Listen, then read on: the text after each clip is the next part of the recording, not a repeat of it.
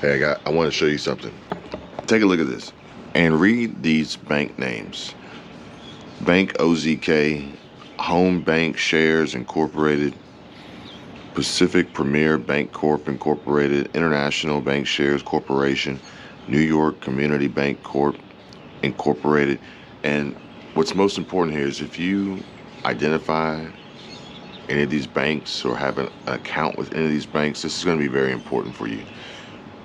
Independent Bank Group, Valley National Bank Corp, CVB Financial Corp, Independent Bank Corp, Axos Financial Incorporated, Simmons First National Corporation, United Bank Shares Incorporated, YFD Incorporated, or WAFD Incorporated, Service First Bank Share, West Banco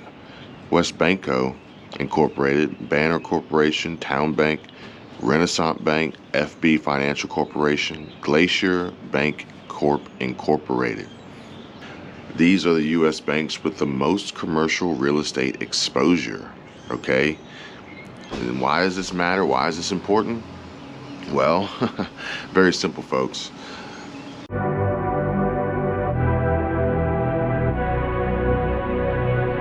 Real estate today is roughly $5.7 trillion in outstanding debt through commercial real estate, with U.S. banks holding approximately half of this total on their balance sheets.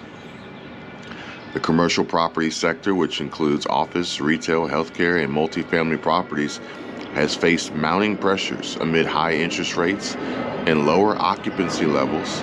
Given these headwinds, it poses the risk of higher defaults and steep loan losses in a sector that has not fully recovered since the collapse of Silicon Valley Bank last year. Top U.S. banks by share of commercial property loans, and we can see the list here. Bank OZK, commercial real estate share of total loans, 68.6%. That's almost 3/4. Okay? Total commercial real estate loans, $17.4 billion, which is more than 50% of their total assets. What's worrying here is it says that, as the above table shows, the vast majority of banks with the greatest exposure are small and medium-sized financial institutions. Bank OZK, based in Arkansas, has the highest proportion of commercial property loans at 68.6% of total loans, as one of the country's most prominent lenders to Manhattan property developers. Now listen to this here. Since the bank reported $2.7 billion in losses in the fourth quarter of 2023, its share price has plummeted roughly 68%. That's huge, folks. Commercial property debt concentrated in small banks. You can see that here. Bank exposure to commercial property debt by total assets. And given the high share of loans, banks may run the risk of failure, especially if credit losses accelerate and valuations decline. Excuse me. And valuations decline. At the same time, it could be more challenging to refinance debt as valuations deteriorate. While these troubles have begun to emerge over the last year, there's also the likelihood that losses could continue over the next several years.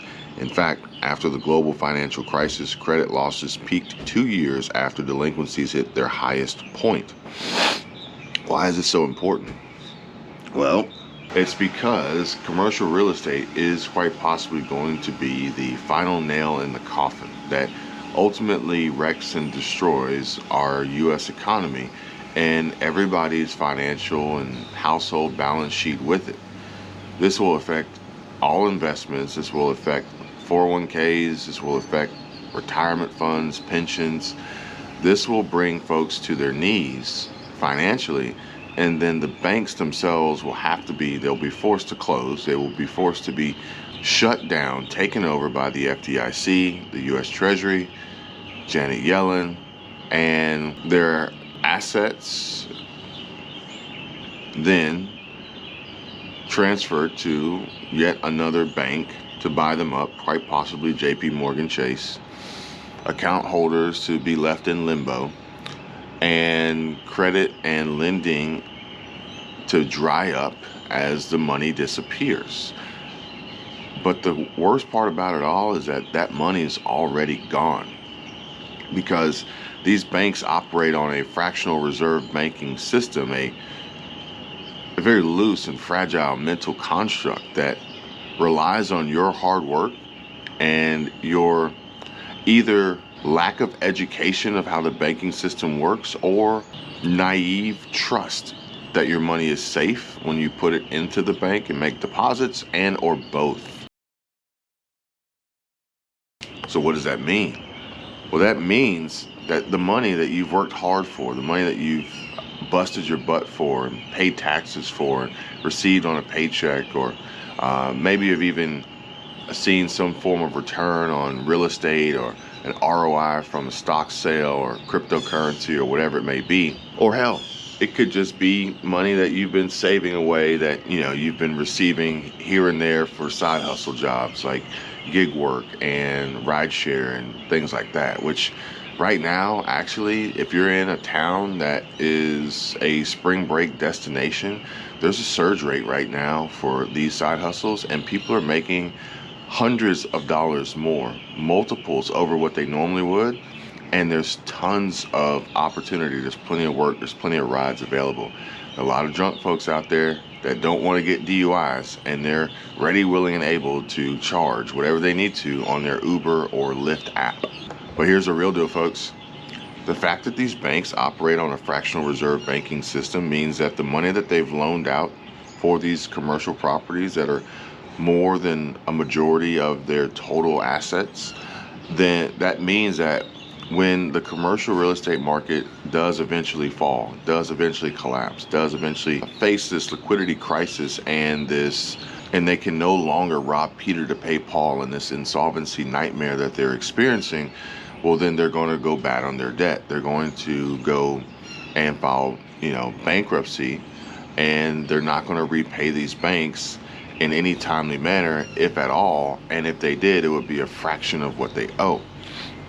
Well, for every dollar that you put into the bank is essentially lending out 10 of them.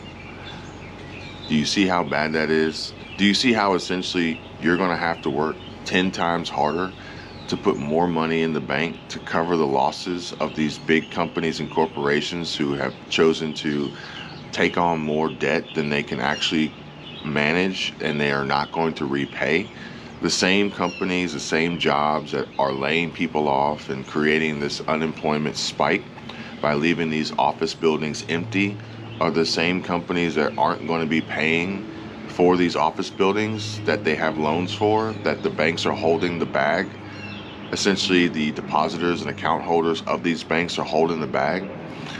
I mean, granted, if you've got FDIC insurance and you're under the $250,000 limit, maybe you're safe, maybe you're good.